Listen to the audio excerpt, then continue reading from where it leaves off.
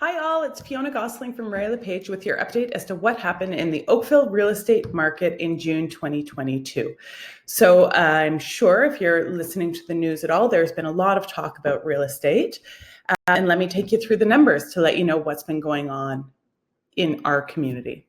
So our number of units sold are down. There were 227 units that transacted in the month of June. That's down over May and April and March and February. So it's really only better than January, and January is typically a slow time. Now, the summer is also typically a slow time in real estate, regardless.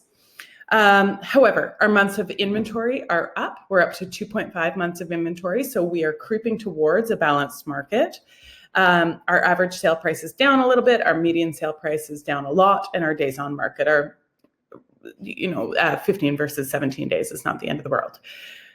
If you compare what's happened in 2022, June 2022, and look at what was happening in June 2021, our prices are still within 1% of what they were this time last year.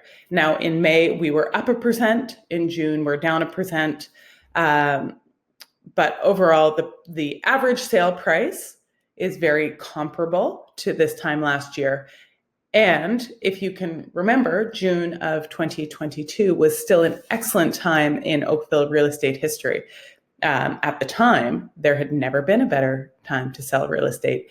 And then the market kind of went a little haywire for the latter part of 2021 and the early part of 2022, and is correcting largely because of inflation, increasing interest rates, and generally the state of the economy. So our number of sales were down 41% year over year. Active listings were up 56%. Months of inventory is way up, which basically just means there's more supply than demand this month versus a year ago. And it's taking a little bit longer to sell a house. Still on average, 17 days, which is not bad. What this means for you as a seller is that you need to be priced correctly, and you need to be doing all of the things that we typically would have done to get a house sold and negotiate a strong offer once there are interested parties in your property. When you break it down and look at detached versus townhouses versus condos, townhouses are still very desirable. We have 1.7 months of inventory in June, which is not many. There were 90 sales and only 149 to choose from. It's detached homes where we are seeing it creep into a balanced market. There's 3 months of inventory there. So there is 105 sales that transacted, and there's 310 active listings. The average sale price is 1.928.